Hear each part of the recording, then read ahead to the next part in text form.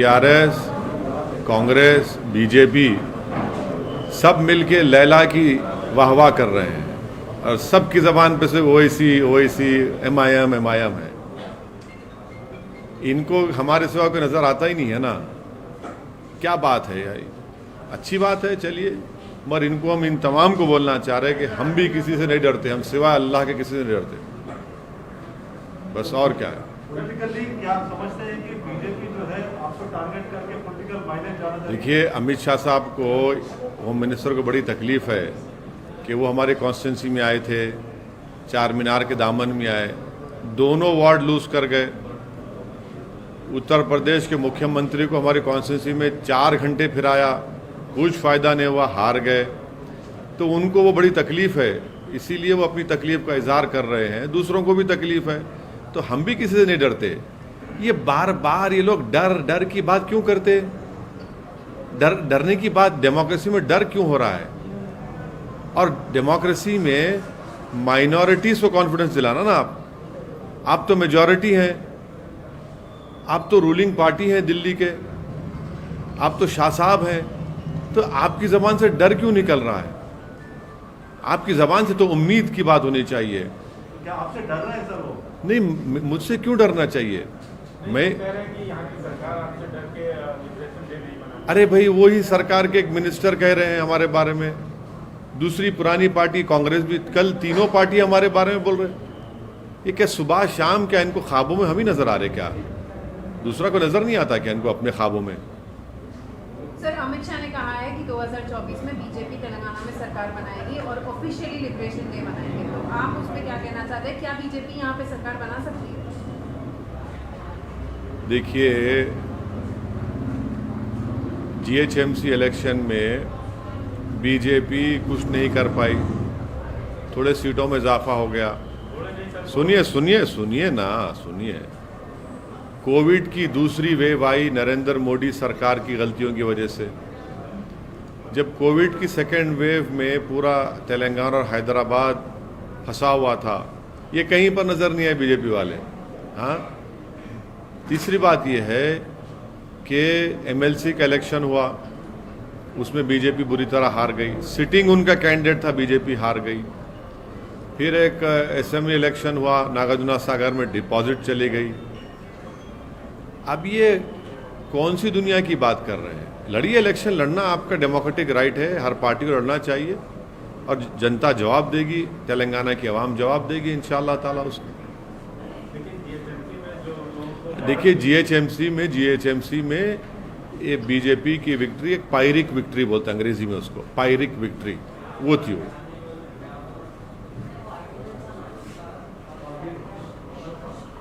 Sir, ये प्रधानमंत्री जो सीईओ मीटिंग में कहे कि वो भी रेडिकलाइजेशन के खिलाफ है और मॉडरेट जो है बात को पसंद करते हैं।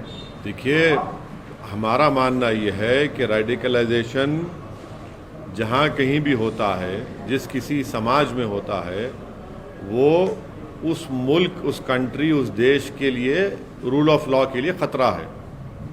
हम प्रधानमंत्री से ये जानना चाहेंगे कि कानपुर में एक 10 साल की लड़की अपने बाप को बचा रही थी, एक मॉब जमा होकर मार रहा था उसको, वो क्या रेडिकलाइज नहीं हुआ मॉब? वो एक आदमी चूड़ियाँ बेचता है तो उसको चूड़ियाँ बेचने की इजाज़त नहीं है, क्योंकि उसका नाम मुसलमान है, क्योंकि वो एक मुसलमानों में ओबीसी मंसूरी बरादरी से उसका ताल्लुक़ है, उसका ताल्लुक़ चौरी चौरा के बुज़ुर्गों से।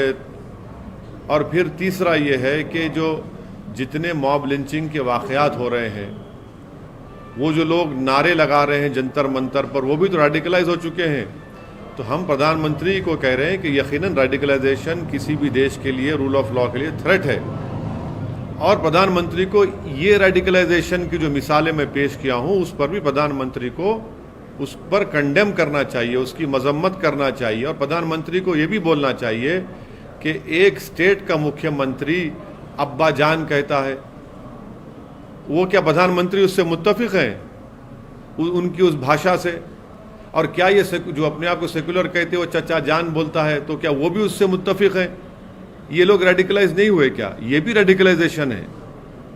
तो प्रधानमंत्री से हम उम्मीद करते हैं कि वो इन तमाम रेडिकलाइजेशन को भी नोटिस लेंगे और इसका रोकथाम करेंगे। अब प्रधानमंत्री की जो स्पीच रेडिकलाइजेशन एससीओ में हुई, हम उनसे जानना चाहते हैं कि अमेरिका ने तालिबान के लीडर्स को उनके ट्रैवल के लिए एग्जेम्पशन दिया है, तो क्या प्रधानमंत्री अमेरिका के डिक्टेट को मानेंगे फैसले को?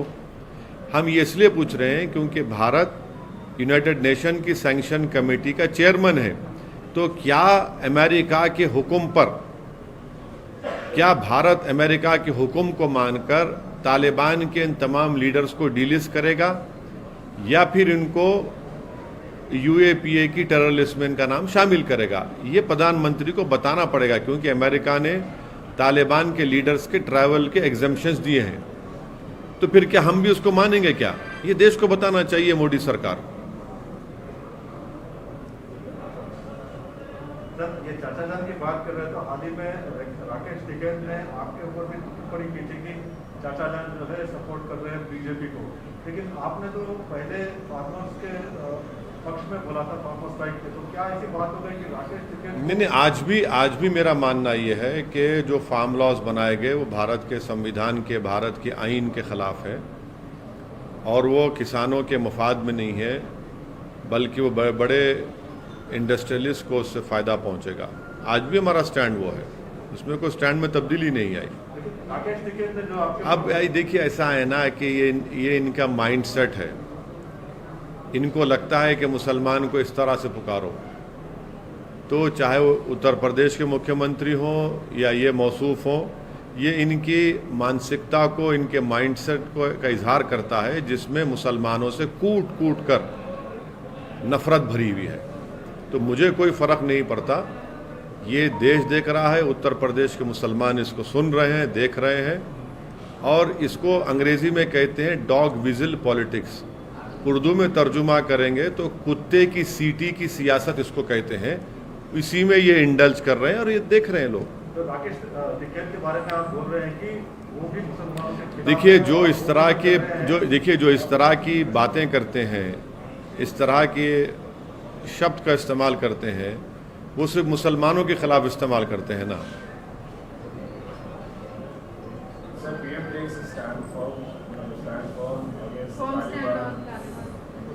You see, after the Prime Minister's speech of yesterday, I had tweeted that any radicalization in any country is a threat to rule of law.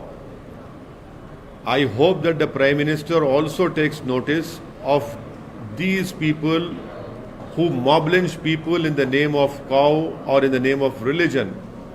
I hope that the Prime Minister is informed about what happened in Kanpur when a 10-year-old Muslim girl was trying to save her father from a mob which was beating her father just because he happened to be a Muslim. I hope that the Prime Minister has taken notice of what has happened in the capital of our country at Jantar Mantar, wherein a mob assembled and raised slogans about annihilation of the Muslims. This is also radicalization. The Prime Minister, I'm sure, would disagree or agree, I don't know, when the Chief Minister of the biggest state of our country says Abba Jan. That also has to be taken note of. So radicalization is happening, and the Prime Minister should take note of who has radicalized these people, who are calling Nathuram Godse a savior. That is also radicalization. And also I want to know from the government of India, headed by our Prime Minister Shri Narendra Modi, that now the United States of America has given exemption to Taliban leaders for their travel. It has given further exemption. Will Narendra Modi's government follow the diktat of the US government in allowing exemption that has been given to Taliban? Because the Prime Minister has rightly said that the Taliban is radicalizing. Now, as the chairman of the UN Sanction Committee, will India delist Taliban or will continue with that listing of them as terrorists? And if that is the case, then the government should ask that Taliban should be put in the terrorist list under Unlawful Activities Prevention Act. I hope that the Prime Minister will respond to it and their government will respond to these two things.